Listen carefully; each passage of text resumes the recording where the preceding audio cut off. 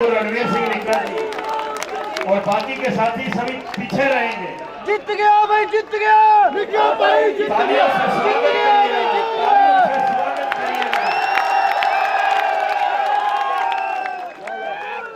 धन्यवाद। सभी अपना स्थान ग्रहण करिएगा, सभी अपना स्थान ग्रहण करिएगा। कैमरा के बंधु ये भी साइड पर रहिए।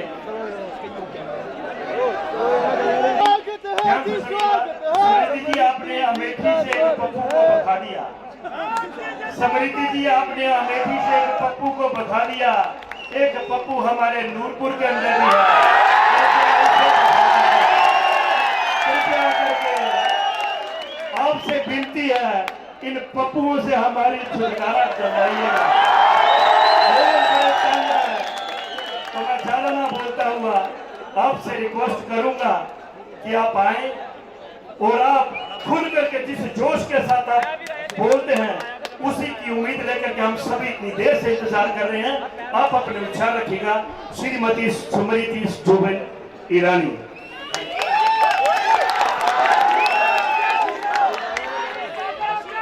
समृद्धि जी को जय श्री राम, जय श्री राम, जय श्री राम। समृद्धि जी को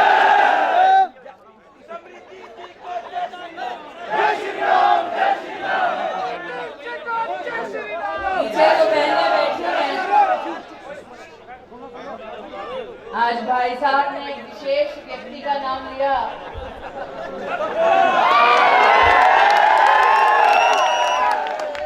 अमेठी से उनको चलता किया तो अभी भी भारत में चल ही रहे हैं। अखिल भारतीय यात्री हो गए हैं। पहले विदेशों की यात्रा करते थे, अभी हिंदुस्तान घूम रहे हैं। चलो, भारतीय जनता पार्टी ने गांधी खानदान को सड़क पर तो उतारा।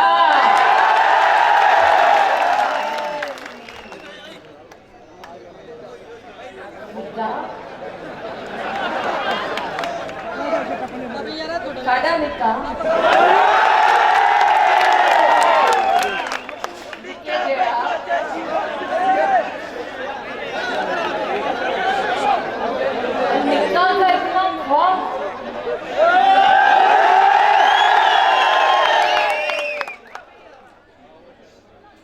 बेटा भी कहने लगा, पापा आप अकेले ना लड़ो, मैं भी साथ।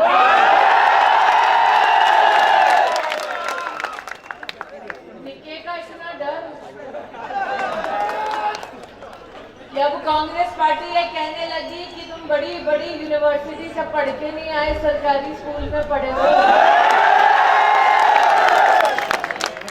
निक्के से इतनी नफरत, बड़े बाप की औलाद नहीं, किसान का बेटा है।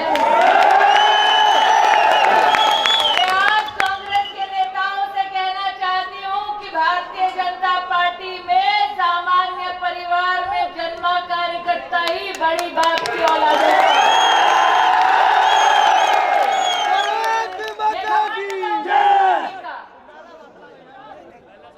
देश ने साल 2013 में देखा, जब कांग्रेस के नेताओं ने चाय वाले का मजाक उड़ाते हुए कहा कि गरीब माँ का बेटा जो चाय बेचता हो वो देश का प्रधानमंत्री कभी नहीं बन सकता। ये घमंड कांग्रेस पार्टी का, जो ये मानकर बैठी थी देश की राजनीति में कि अगर औलाद बड़े घर की हो तो जन्म लेते ही उनका अधिकार बन जाता है सांसद बनने का, नेता बनने का, प्रधानमंत्री बनने का। ये अहंकार कांग्रेस पार्टी का, जो ये मानकर चली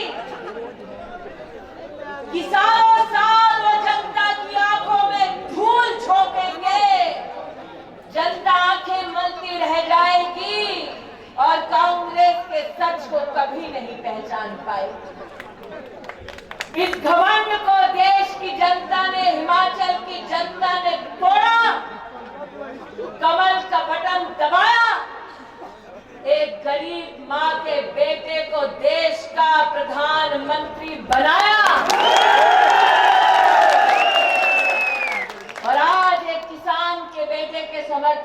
इस मंच पर मैं आप सबके सामने एक भाई के लिए, एक कार्यकर्ता के लिए वोट मांगने आए। कांग्रेस पार्टी जो ये मान के बैठी कि इस देश की सत्ता पर उनका हक है, वो कभी देश की जनता की फितरत को समझ नहीं पाए। इस देश की जनता को बार बार ये एहसास दिलाया गया कि तुम्हारी हैसियत है तो गांधी खानदान की वजह से, तुम्हें आजादी मिली तो नेहरू गांधी खानदान की वजह से। ये कांग्रेस पार्टी और उसका अहंकार था जो भूल गए कि सैकड़ों सड़कों पर उतरे आम हिंदुस्तानियों ने अपनी प्राणों की आहुति देकर हिंदुस्तान को आजाद कराया। इस मिट्टी में हमारे बाप दादाओं ने भी खून बहाया और आजादी दिलाने में हमारे बाप दादा भी। यह एहसास दिलाते हमको बार बार कि अगर सड़क चाहिए, ट्रेन का टिकट चाहिए, सिलेंडर चाहिए, टेलीफोन की लाइन चाहिए, तो कांग्रेस के नेताओं के सामने जाओ, नाक रगड़ो, बोलो भाई साहब एक कूपन दे दो। ऐसा राज था परमिट का, लाइसेंस का, कांग्रेस का। ये कभी सोच नहीं पाए कि एक दिन एक ऐसा व्यक्ति भारत की राजनीति के शीर्ष पटल पर पहुंचेगा जो डंके की चोट पर कहेगा कि हिंदुस्तान गांधी खानदान की मोहताज है। ये जो पापा पापा कर रहे हैं, सुना है पीए बनने वाले हैं। जानकारी बेटा हम भी रखते हैं, बात कर रहे हैं। मैं उनसे कहना चाहती हूँ, छठी का दूध क्या है वो निक्का याद दिलाता है। अहंकार देखिए, बटन दबा नहीं, मन में सरकार बना ली, मंत्री बना लिए, मंत्रालय बांट लिए, अब बैठे हैं इंतजार में। अहंकार देखिए, जनता को अब तक ये नहीं बताया कि कांग्रेस का मुख्यमंत्री का दावेदार कौन।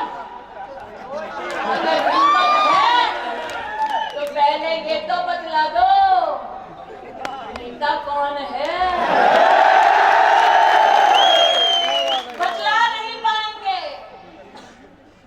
कांग्रेस के घर में झगड़े हो जाएंगे।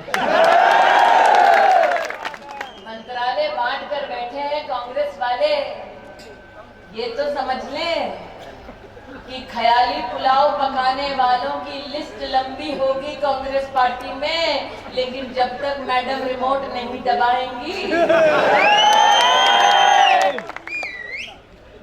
तब तक कांग्रेस पार्टी हिमाचल में नहीं बोल पाएगी।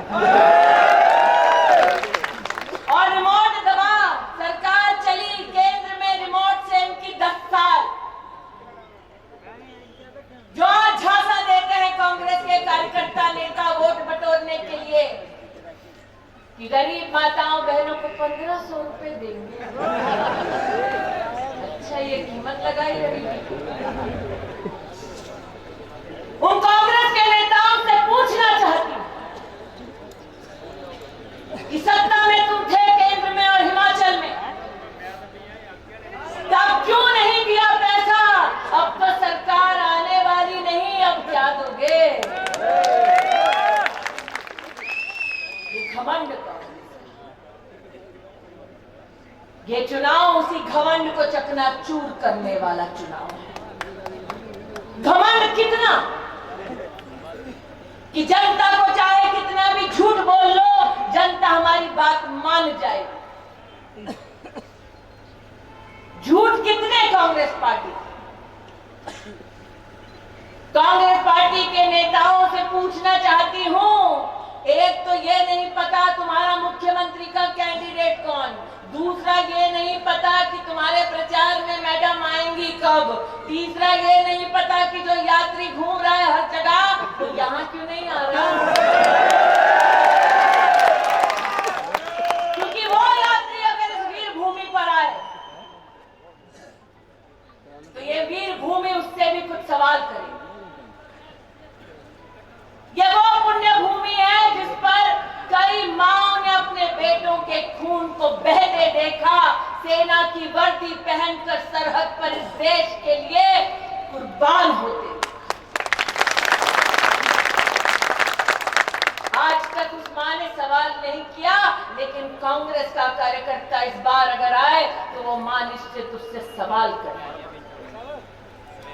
ये जो यात्रा पे निकले हैं कांग्रेस के नेता, किसके साथ यात्रा कर रहे हैं? तमिलनाडु में एक ऐसे व्यक्ति के साथ कांग्रेस के नेता बैठे, हंसे, खिलखिलाए, जिन्होंने कहा कि हिंदुस्तान की मिट्टी पर पैर न रखो, सड़ जाएगा पैर, मर जाओ। ये भूमि अपवित्र है, ऐसा कांग्रेस के साथ यात्रियों ने तमिलनाडु में कहा। राहुल जी बैठकर मुस्कुरा रहे हैं। हिम्मत है तो आकर हिमाचल की जनता को बतलाओ, कैसे वाक्य का खंडन क्यों नहीं किया राहुल गांधी? ये कौन सी यात्रा पर निकले हैं कांग्रेस के नेता? केरल में जिस कांग्रेस के कार्यकर्ता और पदाधिकारी ने गौ माता की हत्या की, गला काट कर, गला रेंग कर, जिस कांग्रेस के कार्यकर्ता ने इंटरनेट पर फोटो छापी, उसकी पीठ थपथपाकर यात्रा कर रहे राहुल गांधी। हिम्मत है तो गांधी खानदान इस पुण्य भूमि पर, देव भूमि पर आकर बतलाए कि गौ माता के हत्यारों की पीठ क्यों थपथपाकर हिंदुस्तान भर में घूम रहे हो। ये किसके साथ यात्रा निकाली कांग्रेस पार्टी के नेता ने? उस यात्रा में एक ऐसा व्यक्ति डफली बजाता दिखाई दिया, जिसने देश की राजधानी में भारत के टुकड़े होंगे का नारा दिया। वो राहुल जी के पीछे डफली बजाते हुए यात्रा में चल रहा है। कौन चल रहा है यात्रा में इनके साथ? मुंबई का आतंकी हमला याद है? कसाब आया था पाकिस्तान से, अंधाधुंध गोलियां चलाई, हिंदुस्तानियों को मौत के घाट उतारा। तब केंद्र में कांग्रेस की सरकार थी, कांग्रेस का गृह मंत्री कपड़े चेंज करने में इतने मसरूफ थे कि सेना भेजना भूल गए। लोग मरते रहे, खून बहता रहा। इस यात्रा में राहुल जी संग चले उस व्यक्ति के साथ जिसके परिवार ने डेविड हेडली को मुंबई में कहां गोली दागनी है, कहां हमला करना है, इसका रास्ता दिखाए। इनके साथ यात्रा कर रहे हैं। ये जो बाप बेटा सपना देख रहे हैं, उनसे कहना चाहती हूँ, हिंदुस्तानी तो तुम भी हो, तुम्हारा खून नहीं खौला। हिंदू तो तुम भी हो, तुम्हारा खून नहीं खौला। हर इंसान तो तुम भी हो, तुम्हारा खून नहीं खौला। इसलिए कहती हूँ, हिम्मत है तो इस दिव्य भूमि, पुण्य भूमि पर आकर जनता के सवालों का जवाब दे राहुल गांधी नहीं आए, क्योंकि रिमोट से सत्ता को हथियाना, सत्ता की बाजी चलना इनकी फितरत नहीं आई। इस भ्रम में ना रहे। ये चुनाव मात्र निक्का का है, मात्र भाजपा का है। ये चुनाव उन दो राजनीतिक दलों के बीच का चुनाव है। एक तरफ जो हिंदुस्तान के लिए मर मिटने को तैयार है, और दूसरी तरफ वो कांग्रेस पार्टी जो हिंदुस्तान की बलि चढ़ाकर खुद को जिंदा रखना चाहते हैं। ये ऐसे दो राजनीतिक दलों के बीच। महिलाएं कहते हैं बैठिएगा, बैठिएगा महिलाएं थोड़ी देर के लिए। आज मैं जय श्री राम का जय घोष सुन रही हूँ। जब से आई हूं तब से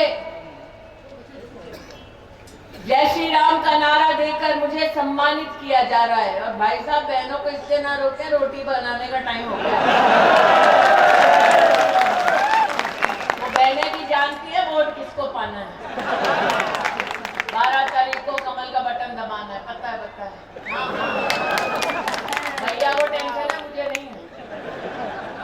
इन बहनों को ये भी पता है 12 तारीख को वोट दबेगा, कमल का बटन दबेगा, जयराम ठाकुर की सरकार यहाँ पर बनेगी, भाजपा की सरकार। इन्हीं बहनों को 3 LPG का सिलेंडर मुफ्त देने वाली है। इनको इन बहनों को भी पता है कि एक बार फिर भाजपा की सरकार बनेगी, कमल का बटन दबेगा और जो बेटियां उच्च शिक्षा के संस्थानों में जाती है उनको मुफ्त की स्कूटी मिलने वाली है। इन बहनों को पता है तो 6 क्लास से 12 क्लास तक मुफ्त की साइकिल पाएंगी, चिंता ना करो। बहनों को पता है रोटी बनानी है, बच्चों को खिलाना है। हाँ वहां से बहन कह रही, ये बहन नहीं हिल रही, मतलब घर पे भाई साहब ने इंतजाम किया हुआ है।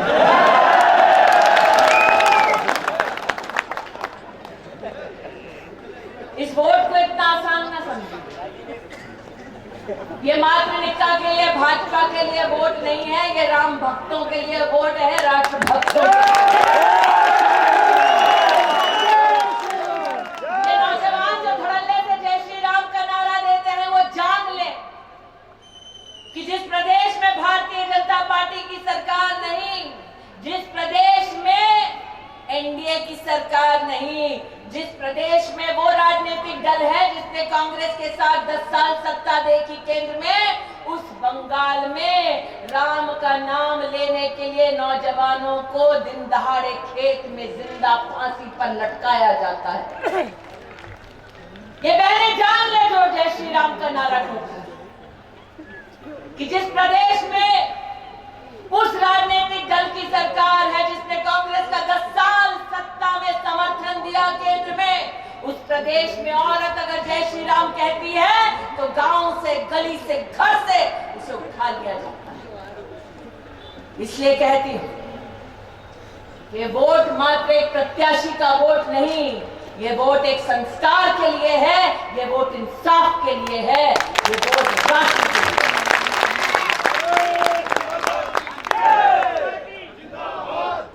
इसलिए आज इस मंच से जब मैं भारी संख्या में जनता जनार्दन का आदर सत्कार और प्रेम देखती हूं, तब इस बात का विश्वास व्यक्त करती हूं निक्का जी कि आपकी तो जीत अभी से घोषित हो जानी चाहिए।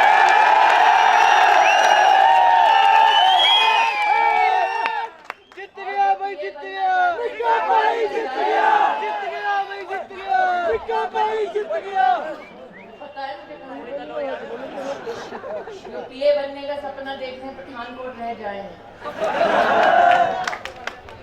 यहाँ पे उनके लिए जगह नहीं, क्योंकि जनता ने मन बना लिया है। 12 तारीख को पोलिंग बूथ पर जाना है, कमल का बटन दबाना है, निक्का को जिताना है और भाजपा की सरकार को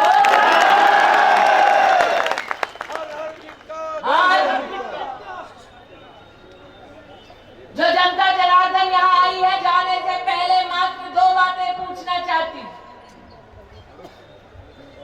जब मौत सामना कर रही थी, कोरोना की महामारी ने जब देश पर दस्तक दी, तब गांव-गांव, घर-घर मास्क और सैनिटाइजर कौन बांटने गया था? भाजपा की कांग्रेस?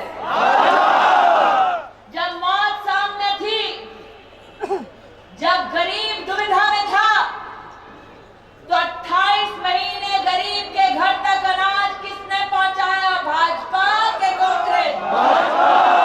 अरे जब मौत मंडरा रही थी, गरीब चिंता में था कि वैक्सीन कहां से लगाएगा, तो 2 मुफ्त की वैक्सीन के साथ बूस्टर किसने दिया मुफ्त में? भाजपा के कांग्रेस?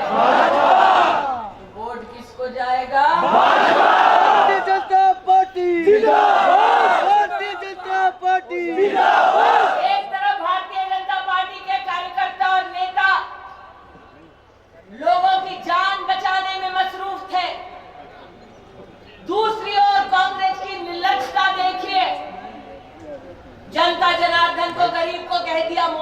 का टीका ना लगाओ, मोदी का टीका हिंदुस्तान में ना बनाओ, विदेश से लेकर आओ, बोला था। जब मौत मंडरा रही थी तब कांग्रेस पार्टी के नेताओं ने क्या किया? कहा मोदी वाला राशन न लेना। जब मौत मंडरा रही थी तो कांग्रेस पार्टी के नेताओं ने जनता से कहा वैक्सीन न लगाओ, घर में इंजेक्शन लगाया चुपचाप। और ऐसे में स्वयं एम्स में जाकर नरेंद्र मोदी ने खुद टीका लगाया और देश को बताया कि देश का संरक्षण देश की सरकार करेगी। 200 करोड़ वैक्सीन की डोज इस देश में जनता ने लगाई। मोदी के सहारे, मोदी पर विश्वास, इसलिए वैक्सीन लगाया। कोरोना का चुनाव में इंजेक्शन किसको लगेगा? कांग्रेस को। वैक्सीन लगा कोरोना का, कोरोना में जिस पार्टी ने संरक्षित किया उस पार्टी को आप इस चुनाव में संरक्षण देंगे। 12 तारीख को कमल का बटन दबाएंगे, बीए को पठानकोट भेज जाएंगे, विधानसभा ले जाएंगे। आज यही निवेदन आपके चरणों में अर्पित करते हुए अपनी वाणी को विराम देती हूँ। निक्का जब जीते तब दोबारा आऊंगी। जीत गया, निक्का भाई जीत गया, निक्का भाई जीत गया, निक्का भाई जीत गया। पर तिलक लगाती है कि जाओ जीतो, तो जीतने के बाद विदेशी का आशीर्वाद देने की बहनी घर लौटती है। लौट के आऊं, के बाद आऊं, बटन दबेगा, बटन किसका, बटन किसका, बटन किसका, अरे बटन किसका, बोलो भारत माता की। समृद्धि ईरानी जिंदाबाद, समृद्धि ईरानी जिंदाबाद। बड़े कम शब्दों में अपनी सारी बातें रखी। नूरपुर की जनता आपकी सदा भाई रहेगी। आपने